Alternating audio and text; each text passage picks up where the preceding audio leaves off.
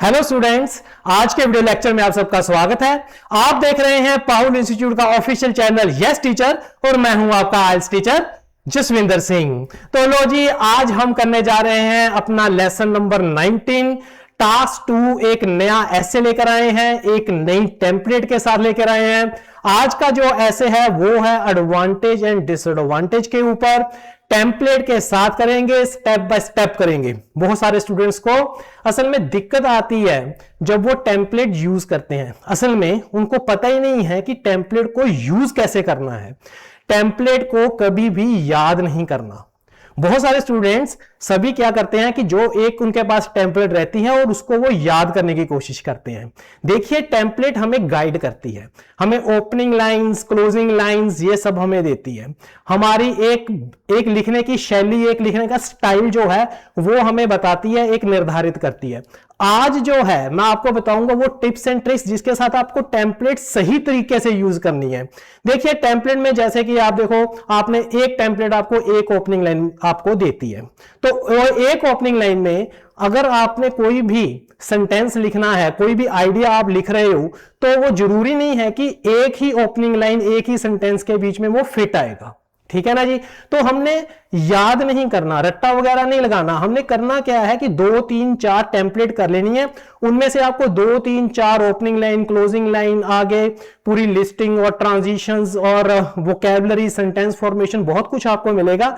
जो आपको सही लगता है, जो आपके माइंड में याद हो गया, तो वो आसानी से आप लिख पाएंगे। ऐसे ही बहुत आसानी से आपको मैं टिप्स जो है वो बताऊंगा। साथ साथ में चलते हैं, साथ साथ में हम आपके साथ ये पूरी की पूरी बात करते हैं। तो स्टार्ट करते हैं हम आज की जो टेम्पलेट है, आज का जो ऐसे है। सीधा चलते हैं हम अपनी स्क्रीन के ऊपर। ये रहा हमारी आज का जो स्क्रीन, आज का जो हमारा आर्गुमेंट, हमारा ऐसे है वो है। अभी आप यहां पे देखिए क्या लिखा है। In multicultural societies, people of different culture backgrounds live and work together. ठीक है जी। तो ये हो गया हमारा बैकग्राउंड। और do you think the advantages of multicultural societies outweigh the disadvantages? ठीक है जी। जो ग्रीन हाईलाइटेड पार्ट आपको दिख रहा है, ये जो ग्रीन हाईलाइटेड पार्ट है ये बैकग्राउंड है।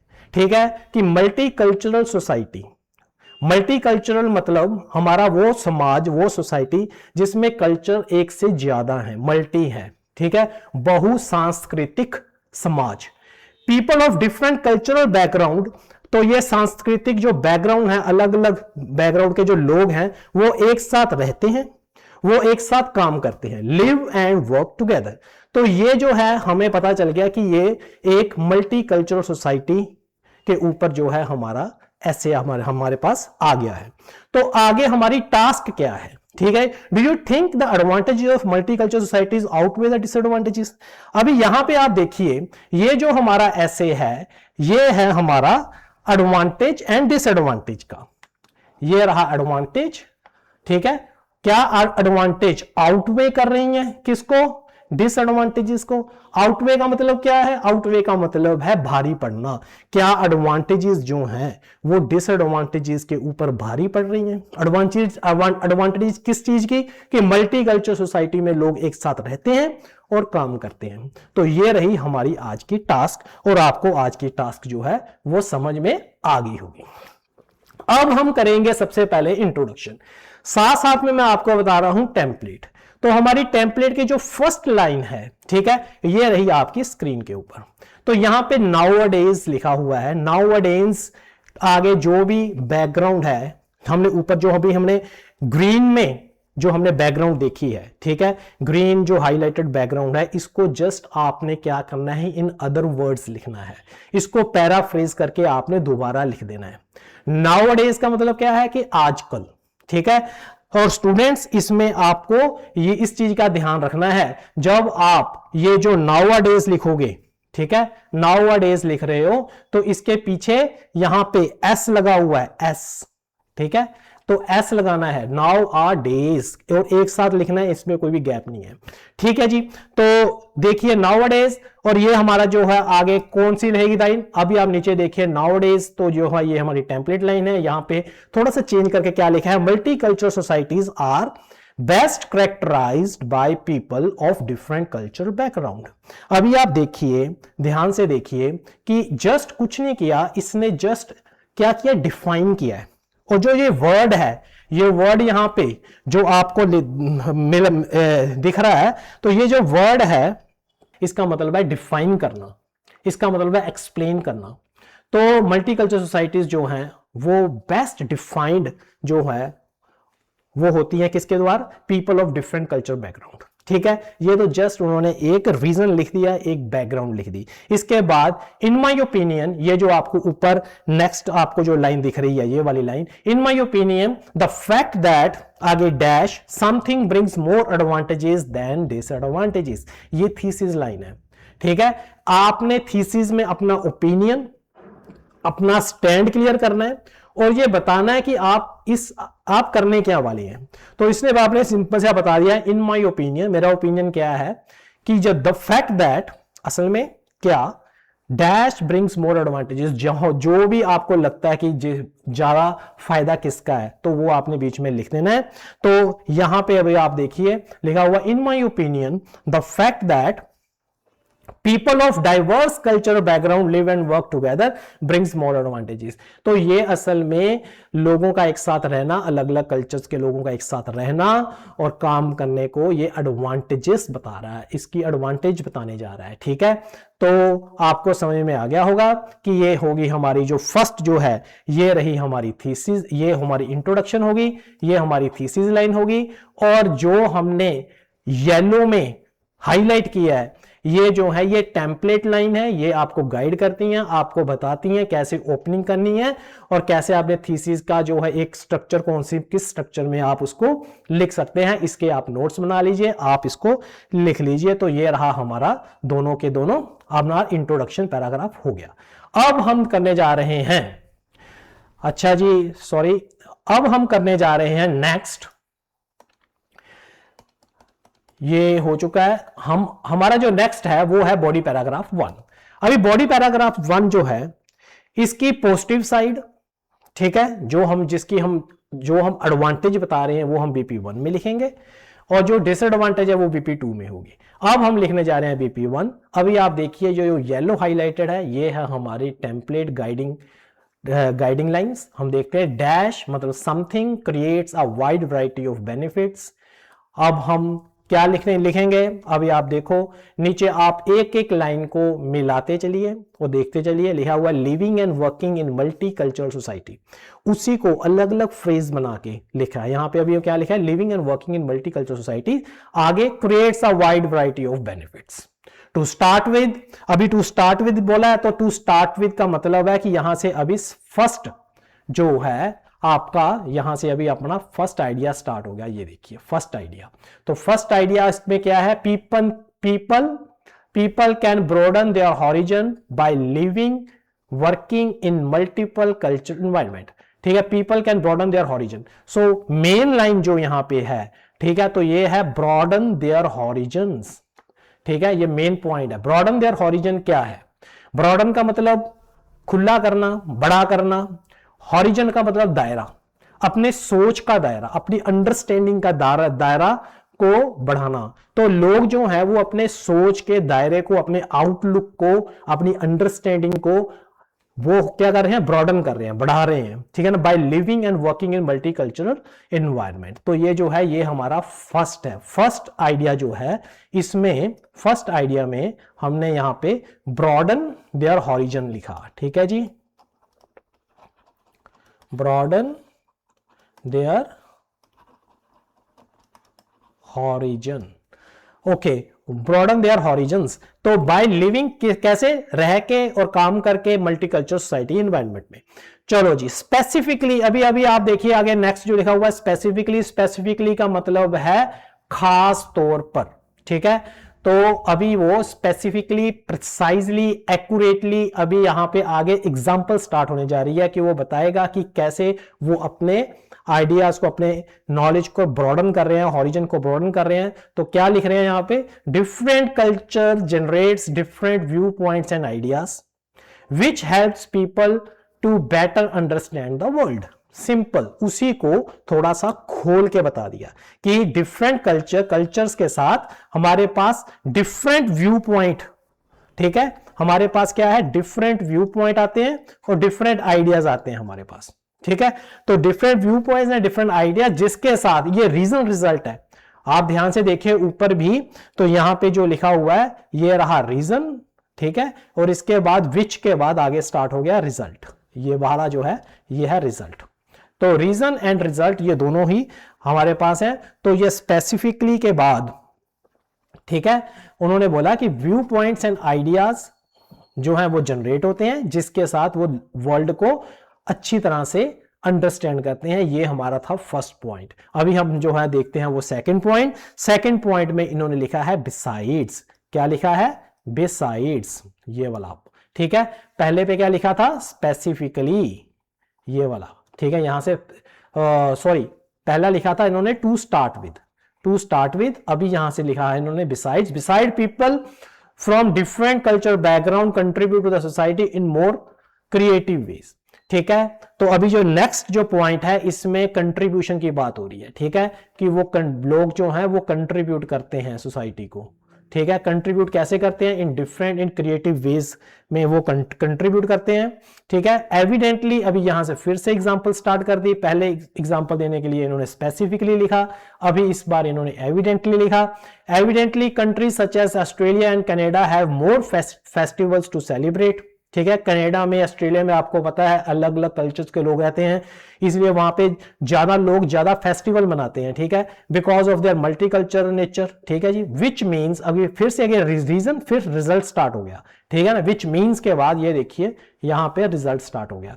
विच मीन्स, ठीक है, कल्चर्स फोस्टर्ड का मतलब है डेवलप होना, फोस्टर्ड का मतलब है बढ़ना, फूलना, ठीक है। इन दीज कंट्रीज, तो इन कंट्रीज में उनके कल्चर भी बढ़ते हैं, फूलते हैं, क्योंकि वो फेस्टिवल्स अलग अलग मनाते हैं जिसके साथ कल्चर बढ़ते फूलते हैं। तो ये हो गया हमारा सेकंड। तो वो कंट्रीब्यूट कर रहे हैं, लोग कंट्रीब्यूट कर रहे हैं। पहले में क्या लिखा था हमने कि उनका जो अंडरस्टैंडिंग है ब्रॉडन देयर हॉरिजन्स, और दूसरा जो है वो कंट्रीब्यूट कर रहे हैं। कैसे कंट्रीब्यूट करते हैं, फेस्टिवल्स के साथ।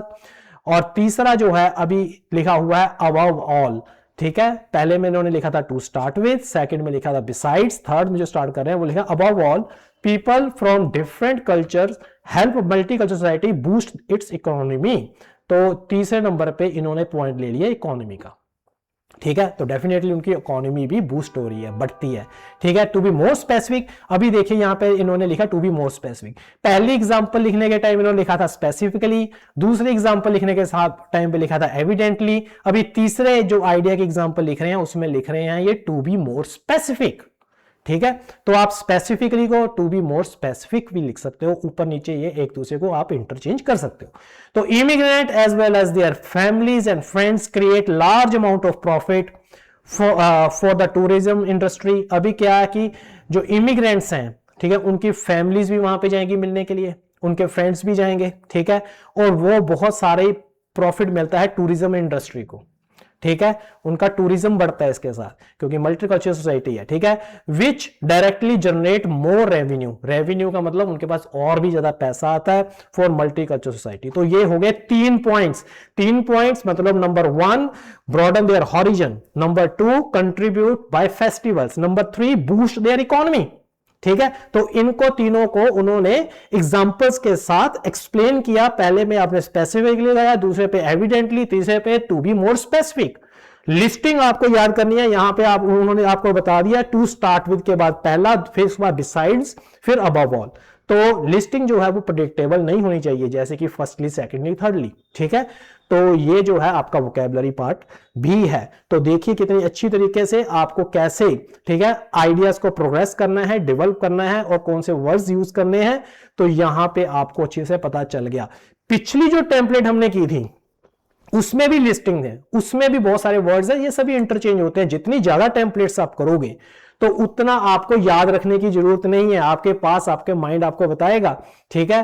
तो उसमें से आपको जो आसान लगेगा वो आप यूज कर सकते हो, और सभी आइडिया सभी सेंटेंसेस में फिट नहीं आते हैं, ठीक है ना, समझ रहे हो। तो इसलिए ज्यादा टेम्पलेट करनी बहुत जरूरी है। अभी हम देखते हैं BP2, ठीक है जी। BP2 में आप अगर आप देखोगे ये रहा, ठीक है। On the other hand some arguments can be made that, अब ये है टेम्पलेट लाइन, ठीक है, ये है template line. On the other hand अभी दूसरी साइड में, ठीक है, अभी हमने एडवांटेज की बात कर चुके हैं, अभी हम शायद डिसएडवांटेज की बात करने जा रहे हैं। मल्टी कल्चर सोसाइटी की डिसएडवांटेजेस क्या हैं, ये हो गया BP2 में, ठीक है। तो अदर साइड में हम क्या देख रहे हैं, ये रहा नीचे, अभी हम इसको मिलाते हुए चलेंगे। So other on the other hand some arguments can be made that, ठीक है, यहां पे लिखा multi culture societies may have more conflicts, तो यहां पे झगड़े भी हो सकते हैं, विवाद भी हो सकते हैं। कॉन्फ्लिक्ट्स का मतलब क्या है, ठीक है ना, तो झगड़े विवाद। तो मल्टी कल्चर सोसाइटी है, वहां पे एक से ज्यादा कल्चर हैं, तो उनमें आपस में झगड़े भी हो सकते हैं। द मेन रीजन, अभी आपने हम रीजन बताना है, the main reason is that people from different backgrounds may not understand each other well, ठीक है। हो सकता है कि वो एक दूसरे को समझ नहीं पाते, एक दूसरे का कल्चर समझ नहीं पाते, एक दूसरे के कस्टम्स को समझ नहीं पाते, जिसकी वजह से वो एक दूसरे को बुरा भला बोलते हैं और एक दूसरे के साथ कॉन्फ्लिक्ट्स जनरेट होते हैं, ठीक है। तो ये इसका एक नुकसान है। तो अभी हम उसका नेगेटिव बात कर रहे हैं, लेकिन अब हम अपना पॉइंट को प्रूव करने के लिए इस नेगेटिव पॉइंट को भी हम बोलेंगे कि कोई बड़ा नेगेटिव पॉइंट नहीं है, ठीक है। देखो बट, यहां पे बट लग गया ना, बट का मतलब क्या है, परंतु अभी ये अपनी बात को के ऊपर से पलट रहा है। But closer examination would reveal that, अगर हम क्लोजर एग्जामिनेशन मतलब अगर हम बिल्कुल बारीकी से देखें, ठीक है, तो हमें रिवील होता है, रिवील होता है मतलब हमारे आगे प्रकट होता है, हमारे आगे क्लियर होता है। क्या क्लियर होता है, multi culture societies such as Australia and Canada have very low crime rates, वहां पे तो क्राइम रेट बहुत कम है, वहां पे तो इसका मतलब क्या कि वहां पे कंफ्लिक्ट जो झगड़े तो बहुत कम होते हैं, ठीक है। एज का मतलब है यहां पे बिकॉज, ठीक है, because immigrants are carefully selected by government, जो इमिग्रेंट्स हैं, जो वहां पे इमिग्रेट होके जाते हैं लोग, ठीक है, पढ़ने के लिए, काम करने के लिए, जो वहां पे लोग रहने के लिए जाते हैं, उनको वो बहुत केयरफुली सिलेक्टेड करते हैं, उनका पूरा बैकग्राउंड चेक होता है, ठीक है, कि ये वाले जो लोग हैं वहां पे जाके प्रॉब्लम तो नहीं क्रिएट करेंगे, ठीक है। आपको पता ही है कि वीजे कितनी मुश्किल से मिलते हैं, ठीक है ना, तो पूरा बैकग्राउंड चेक करके वहां पे भेजा जाता है, तो इसीलिए वहां पे क्राइम रेट बहुत कम है, तो इसीलिए डरने की जरूरत नहीं है कि यहाँ पे वहां पे बहुत कंफ्लिक्ट होंगे। तो ये it is manifest that, manifest का मतलब क्या है, प्रूव होना, मैनिफेस्ट का मतलब क्या है कि कोई चीज, कोई आइडिया डेवलप होना, तो इससे पता चलता है, इससे मैनिफेस्ट दैट। तो हम इस पॉइंट पे आते हैं कि तो ये बहुत अच्छे अच्छे वर्ड्स हैं, फ्रेजेस हैं, इनको आप अपने ध्यान में रखिए। Multi culture societies actually have less to worry about in this respect. तो इन दिस रिस्पेक्ट इसका मतलब है in this regard, in this regard, in this concern. तो इन दिस रिगार्ड, इस संदर्भ में, ठीक है, कम से कम इसको कॉन्फ्लिक्ट्स को लेके ज्यादा चिंता करने की जरूरत नहीं है। Multi culture societies actually have less to worry about, isn't it. देखिए कितना अच्छी तरीके से उसने अपना पॉइंट, उसने ये भी बता दिया कि हाँ इसका नेगेटिव है, लेकिन नेगेटिव ज्यादा बड़ा नहीं है, उसका भी रीजन बता दिया साथ में, अपना पॉइंट को क्लियर करने के लिए, ठीक है ना। तो ये हो गया हमारा BP2। अभी हम सीधा आ गए कंक्लूजन के ऊपर, ठीक है जी। ये रही हमारी कंक्लूजन की लाइन और ये रहा हमारा कंक्लूजन। तो ये देखिए, having considered all the arguments above, अभी हैविंग कंसीडर्ड का मतलब क्या है, ये देखिए, ये टेम्पलेट लाइन है, आप सीधा इसको याद कर सकते हैं, ठीक है ना। हैविंग कंसीडर्ड का मतलब क्या है, हैविंग कंसीडर्ड का मतलब है कि कंसीडर करने के बाद, ठीक है। हम जो सोचते हैं, हम सोचते हैं आफ्टर कंसीडरिंग, क्योंकि हमारे मुंह से आफ्टर निकलता है कि बाद, अगर हमने बाद वर्ड लगाना है तो हम आफ्टर लिखें, ठीक है। आप हैविंग भी लगा सकते हो, परफेक्ट टेंस का भी यूज कर सकते हो। हैविंग कंसीडर्ड, कंसीडर करने के बाद, क्या कंसीडर करने के बाद, ऑल द आर्गुमेंट्स अबव, जो भी ऊपर आर्गुमेंट्स हमने आइडियाज दिए हैं उनको ध्यान में रखते हुए, इसका मतलब ये है, आई वुड कंक्लूड दैट, मैं ये कंक्लूड करूंगा कि, अभी ये वाली लाइन को सीधा अपने दिमाग में रखिए कि आप कंक्लूजन ऐसे स्टार्ट करना है, ठीक है जी। तो फिर इसके बाद जो भी आप लिखना चाहते हैं कि मल्टी कल्चर सोसाइटीज, जो भी जिसके भी आप साइड ले रहे हो, इंजॉय मोर बेनिफिट्स ओवरऑल, तो ये जो है ज्यादा बेनिफिट्स को इंजॉय करते हैं, ठीक है ना, इंजॉय मोर बेनिफिट्स ओवरऑल। अभी ये कितना कितना अच्छा फ्रेज है, तो ये जो है अपने दिमाग में रखिए, ठीक है। तो ये रहा हमारा कंक्लूजन। तो आज की जो है हमने टेम्पलेट अच्छी तरीके से समझ ली है, एडवांटेज डिसएडवांटेज के ऊपर। इसका मतलब ये नहीं है कि ये ही एक टेम्पलेट है एडवांटेज डिसएडवांटेज की, और भी हैं, हम और भी डिस्कस करेंगे उसमें। आपको और opening line, closing line, starting line, आपको BP1 BP2 की स्टार्टिंग लाइन जिसको हम बोलते हैं मेन टॉपिक, वो हम आपको सब कुछ वहां पे मिलेगा। जो भी आपको आसान लगे आप उसको यूज कर सकते हो, ठीक है जी। तो उम्मीद है आपको अच्छी तरह से समझ में आ गया, ठीक है जी। तो उम्मीद है आप इसको अच्छे से प्रैक्टिस कीजिए, जो आपको आसान लग रहा है टेम्पलेट लाइन उसको आप अपने नोट्स बनाइए, ठीक है। इसके बाद हम और भी 3-4 जो है टेम्पलेट्स करेंगे। जब तक कि आप आगे 2-3-4 टेम्पलेट्स नहीं करोगे तब तक आपको अच्छी तरह समझ में नहीं आएगा कि टेम्पलेट्स को कैसे यूज करना है। अक्सर स्टूडेंट जस्ट एक ही टेम्पलेट को लेके उसको ही रट्टा मार के उसी में ही आइडियाज घुसाने की कोशिश करते हैं और वो पॉसिबल नहीं होता है, ठीक है जी। तो नेक्स्ट क्लास में देखेंगे, वो भी बहुत आसानी से समझेंगे, स्टेप बाय स्टेप समझेंगे।